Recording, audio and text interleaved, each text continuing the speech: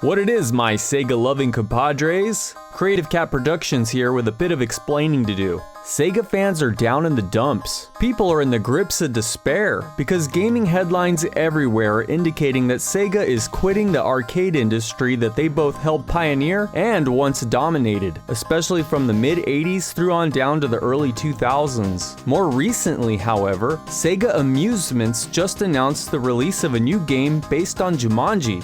Smell what the rock is cooking.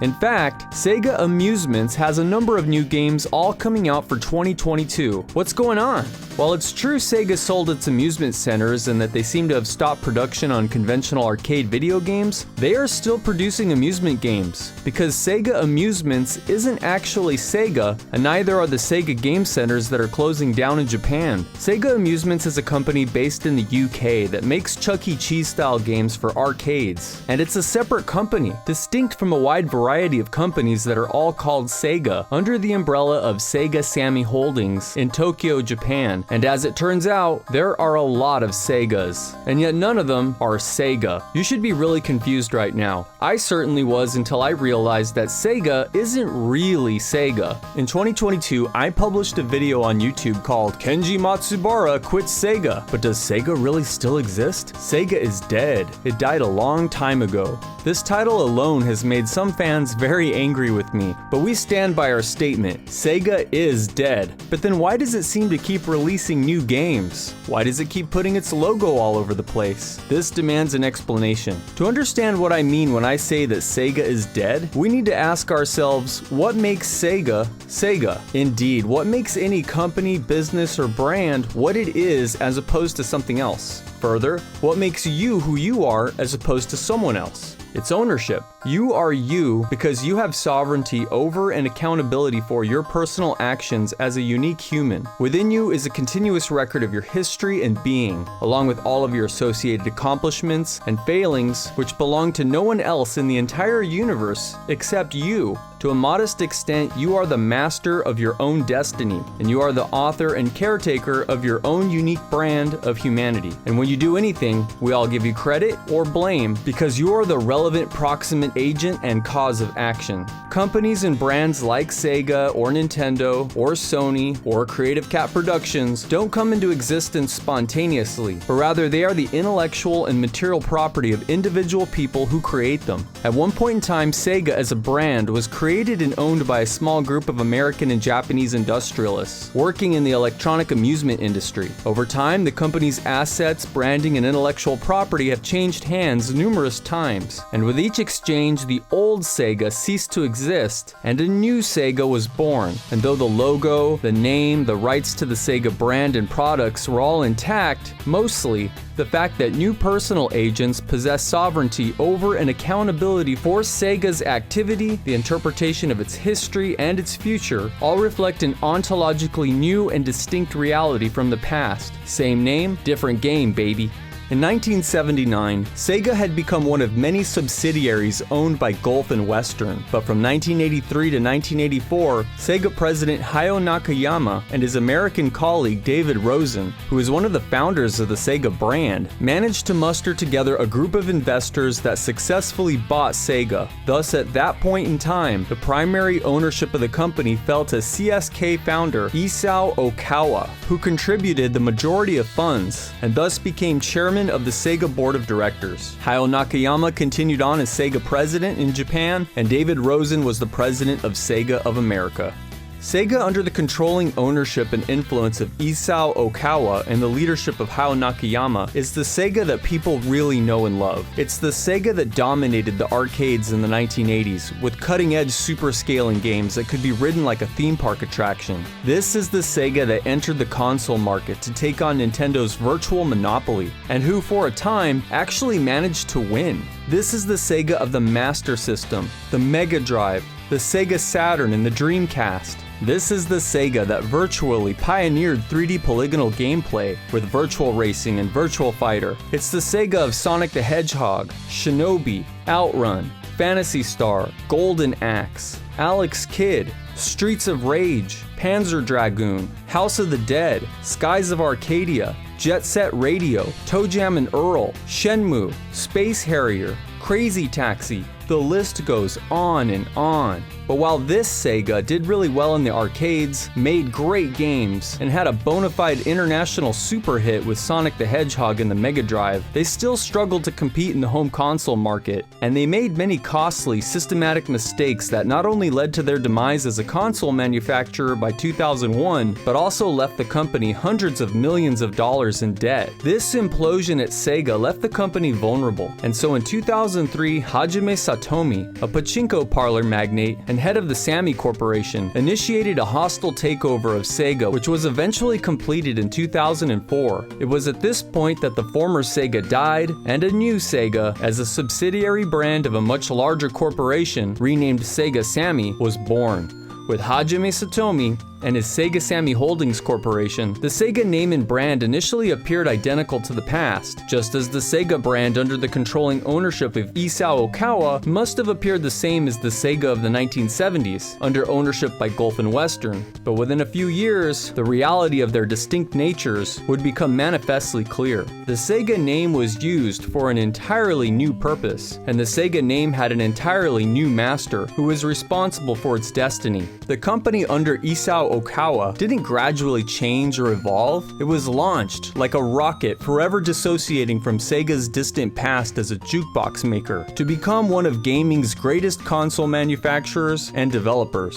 And with Hajime Satomi, Sega did not gradually change or evolve, but rather it was pilfered, broken down, cut up, and sold off. Satomi wasn't interested in furthering the cause and goals of the brand's former owners, no more than Sega of the 80s and 90s was interested in the cause of jukeboxes and electronic amusements. Hajime Satomi mainly wanted the brand recognition of Sega. He wanted the name. And ironically, as a pachinko guy, he wanted Sega's many popular video arcades or amusement centers. I say ironically because once again, those all just completely shut down forever. Let me just read to you from an article in Eurogamer by Tom Bramwell that was published on December 11th, 2003, around the time that Sammy was aggressively purchasing shares of Sega and exerting more and more control over the brand's future. It reads, Sammy president and CEO Hajime Satomi has told Bloomberg Japan that he wants Sega to concentrate on the arcade business and be more strict about pouring money into the loss-making home console releases. Not only does Satomi-san hope Sega will increase its arcade output, but he also hopes Sega will make use of Sammy's Atomis Wave system, a low-cost cartridge-based JAMA-compatible arcade setup that runs on the same CPU as Sega's Dreamcast console and Naomi arcade systems. It is low cost enough that even a single play at 10 yen a game can turn a profit, he said this week. We can sell it in third world countries as well. Sammy has become Sega's largest shareholder, with Satomi-san, who owns over 50% of Sammy, now the company's single largest shareholder. It's only a matter of time before Satomi-san is elevated to the board of directors, with a meeting scheduled for February 17th effectively to install him in an advisory capacity. And he's already said that, if Sammy's vision does not agree with that of Sega, then we may have to consider taking more shares, and we won't rule out the possibility of making Sega a subsidiary. Yes. Indeed, Satomi-san was not kidding, because that is exactly what occurred, and on May 18th, 2004, Sammy issued a notice that it would dissolve Sega's former game development studios in order to, quote, increase productivity, concentrate resources, and unify the strategic direction of the company. Sammy would liquidate 7 out of Sega's 9 development studios. Included in this was the closure of Yu Suzuki's Digital Rex, which had only just been established in 2003 and was in the midst of working on Shenmue 3. Surprisingly, and contrary to popular assumptions, it does not seem to be true that all at once Sega lost its most important game developers. Rather, most would stay on for at least a few years, and then eventually start parting with the new company. Yu Suzuki, the celebrated creator of Hang On, Space Harrier, Outrun, Virtual Fighter, and Shenmue, wouldn't leave until 2009. Yuji Naka, often flaunted as the creator of Sonic the Hedgehog and the leader of Sonic Team, was one of the first and biggest names to leave in 2006. But it really isn't the case that these guys were quitting Sega. Sega went under beneath their feet. These guys were quitting the new Sega Corporation, a subsidiary of an entirely different parent company. The name, the logo, and the game library remain intact, but they now answer to and are the responsibility of a completely new set of owners. And it's the brand owner that makes a brand into what it really is, just as much as it's our capacity for self-possession that makes us who we are, as individuals, and not someone else. Other people may be similar to us. We might even have a twin, but insofar as we retain ownership over ourselves, we are our own person. The Sega brand has been owned by different people over the years, all with unique histories and goals for the brand. When Sammy bought out Sega Enterprises in 2004, it had its own purposes for the brand and logo, and it's with this replacement of purpose to the service of a new owner that the old Sega vanished and the Sega of today took its place. Emblematic of this new reality is the fact that the Sega logo is now flippantly attached to many distinct and unrelated companies across Sega Sammy's relatively vast portfolio. Of course, there's Sega Games, but there's also Sega Toys, mainly a toy distributor, Sega Amusements in the UK, Sega Logistics, which performs maintenance on game machines. Now there's Sega Sapporo, which makes free-to-play and mobile games, and there are various international distributors, all called Sega. But while all of these companies owned by Sammy are called Sega, none of them are what we would really mean when we say Sega, at least not most of us. Sega under ownership of CSK and Isao Okawa may have made some stupid business decisions. Don't we all? But it was also very good at fostering a great deal of creative output from a broad assortment of young and talented game designers. Yu Suzuki, Rieko Kodama, Yuji Naka, Yutaka Sugano, Kotaro Hayashida, Makoto Uchida, Naoto Oshima, just to name a few, are sufficient to demonstrate that Sega hired some legendary talent between 1983 and the early 90s. This of course includes Toshihiro Nagoshi, the eccentric creator of both Super Monkey Ball and the Yakuza series, who over the years seems to have started LARPing as a character from one of his own games. Nagoshi until recently was one of the last remaining old Sega heavyweights still involved in developing new games outside of the long-suffering 3D Sonic franchise. However, even he recently left to do his own thing. Sega Sammy does still have Ryoko Kodama, a legendary designer and one of the lead creators of the Phantasy Star series and the wonderful and yet woefully neglected Skies of Arcadia. However, she no longer works in actual game development or design. But this is not to say that nothing good comes out of Sega Sammy's version of Sega after the Sega brand owned by CSK was over. I mean, people really do love Super Monkey Ball and Yakuza. Some people are still really into the 3D Sonic games and the Sonic racing games and Sonic at the Olympics. Phantasy Star Online 2 has a big following in Japan, and Sega Sammy also owns the Total War series. It's developed by a separate subsidiary called Creative Assembly in the UK, and it's often described as a subsidiary of Sega, but I'm not sure that's actually true. I think it's most likely owned by Sega Sammy Holdings, and that the Sega logo is liberally applied in order to bolster the feeling that somehow the game series is an authentic Sega product. I mean, it says Sega, but Star Wars: The Rise of Skywalker also says it was produced by Lucasfilm, because Disney owns that brand, which it bought from the actual George Lucas, and so they use it to create a sense of continuity.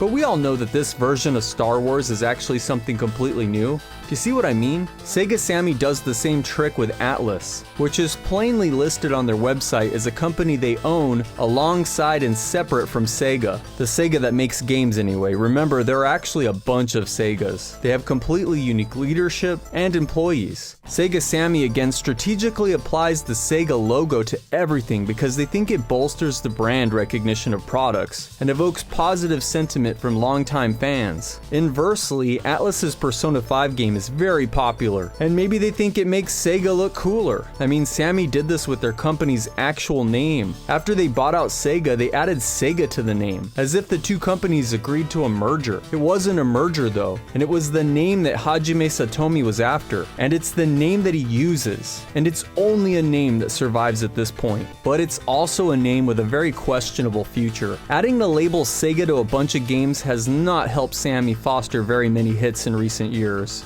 And as the cost of developing AAA games has continued to rise, the risk of failure is beginning to take its toll. Recently, Sega Sammy has once again consolidated and shifted around all their various Sega game subsidiaries. Management has changed, and their output has dropped to a trickle. They exited the arcade market at the beginning of this year, and they now seem to be entirely refocusing their bets on Sonic Frontiers, an incredibly ambitious, and let's be real, uber far-fetched attempt to create an open-world Sonic game in the vein of Breath of the Wild. I think it's very possible that this year of Sonic, no doubt intended to piggyback on whatever hype surrounds the release of the new Sonic movie, is intended to be a last-ditch effort to preserve whatever is left of Sega as a game maker. If Sonic Frontier is a failure, then I think it's very likely that the Sega brand will be partitioned and sold off once more. I think Sammy will want to keep the Phantasy Star name and that they'll retain their new Sapporo studio, but I think it's possible that everything else will be sold as fodder for the retro gaming market. I think a lot of people want Microsoft to take up Sega's brand name, but I wonder if anyone wants the brand for anything more than nostalgia at this point. I'm not sure that Sega's gonna last as a game developer. It wouldn't be the same thing anyway, whatever happens next. So have we convinced you? Do you see what we mean when we say Sega died back in the 2000s? And what do you think of the current state of the Sega brand now? Please let us know in the comments, and thank you very much for watching. Later, dudes!